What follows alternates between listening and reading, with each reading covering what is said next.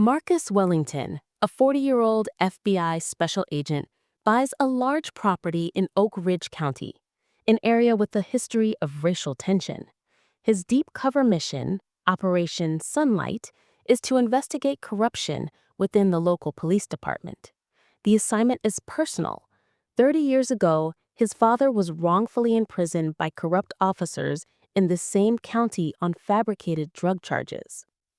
Marcus quickly notices he's being watched. His new neighbor, Frank Miller, eyes him with binoculars, and other locals treat him with silent hostility.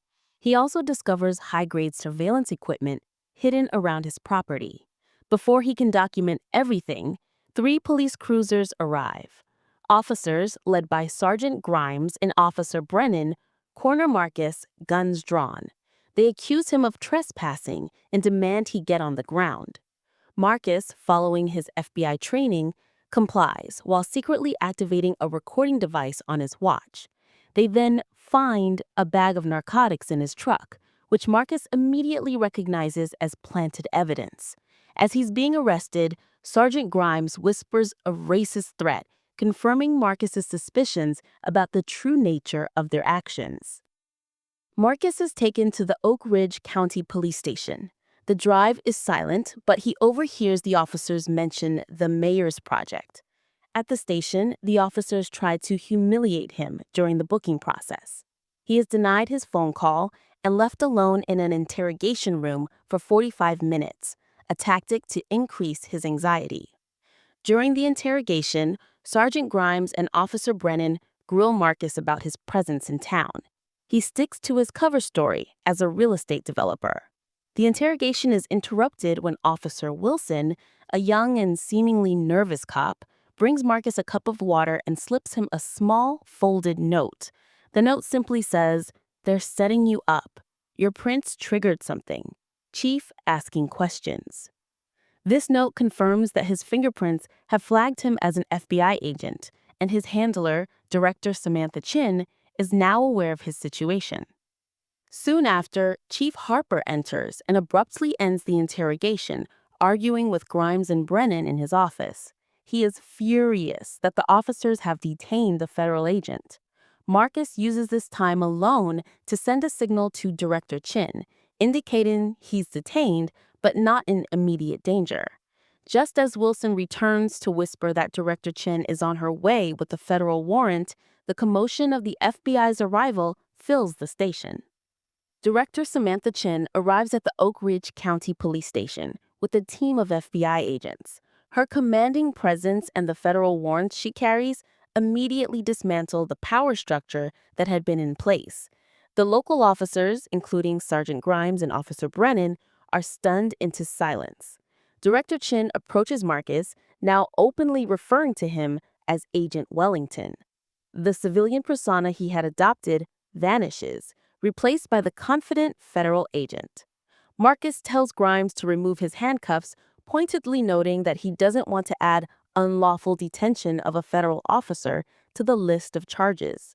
The once cocky Grimes, now visibly intimidated, reluctantly unlocks the cuffs. Marcus formally announces his identity as an FBI special agent and reveals that the events of that day are being added to a file on Oak Ridge County that's been under investigation for the past 18 months. As the FBI takes control of the station, Marcus has a final, private conversation with Grimes. Grimes threatens that Marcus has no idea what he's getting into, but Marcus makes it clear that the investigation is just beginning, and his identity being revealed will only accelerate it. The tide of power in Oak Ridge County has officially turned. Now that his cover is blown, Marcus and Director Chin's team establish a temporary FBI field office. They begin to analyze the evidence Marcus has gathered, quickly realizing the corruption goes far beyond a few crooked cops.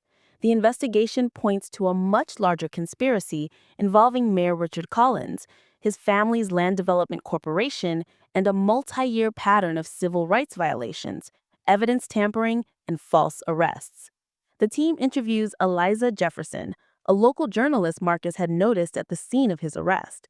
She reveals she's been documenting similar police misconduct for years, and her research shows a clear link between the harassment of residents and the subsequent acquisition of their properties by the mayor's brother-in-law's company. Marcus's new land was the last piece of a planned luxury resort.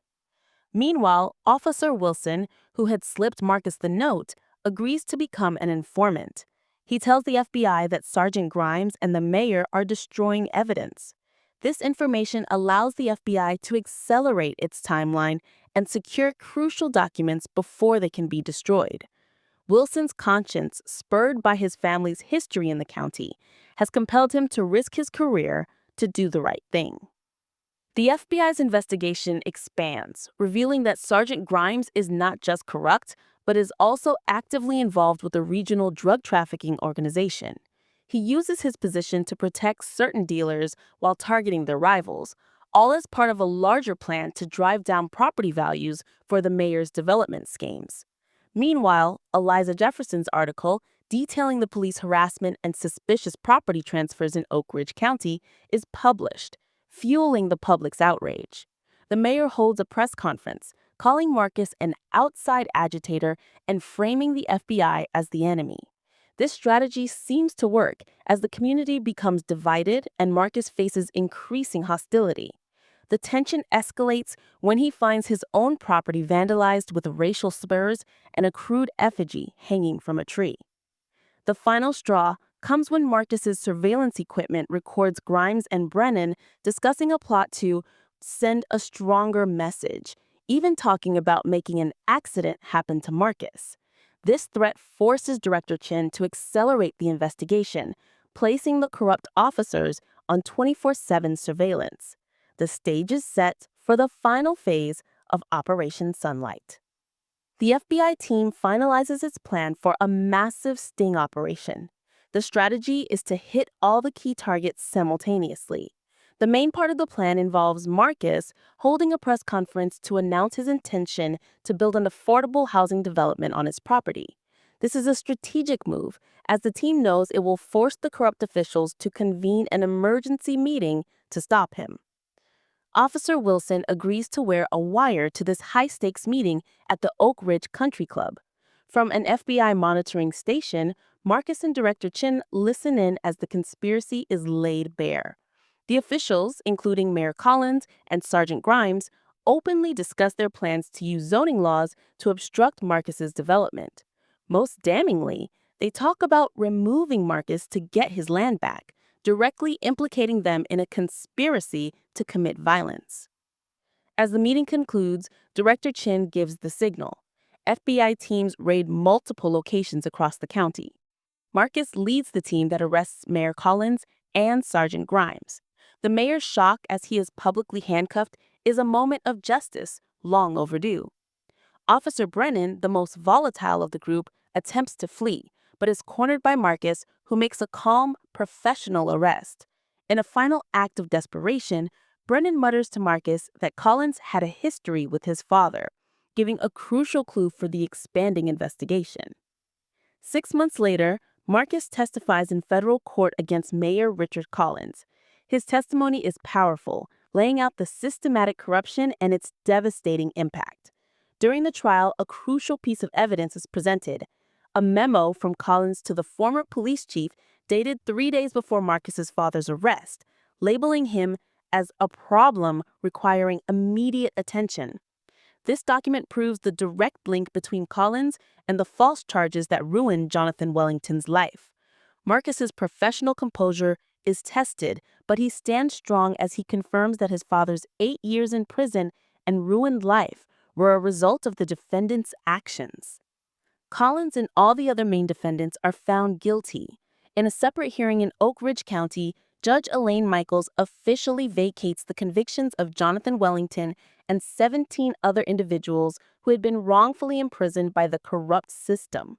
The judge declares that fundamental justice was perverted, and the courtroom erupts in applause. For Marcus and his father, it is a moment of hard-won justice and vindication. After the trials and exonerations, Oak Ridge County begins to heal. A new, reform-minded police chief is appointed, and new county leaders are elected. Marcus, instead of taking a leadership role on a new FBI task force, decides to remain in Oak Ridge. He requests extended leave from the Bureau to focus on his own project, the Wellington Community Center. Built on the land that was meant to trap him, the center becomes a symbol of healing, offering educational programs, legal advocacy, and community spaces.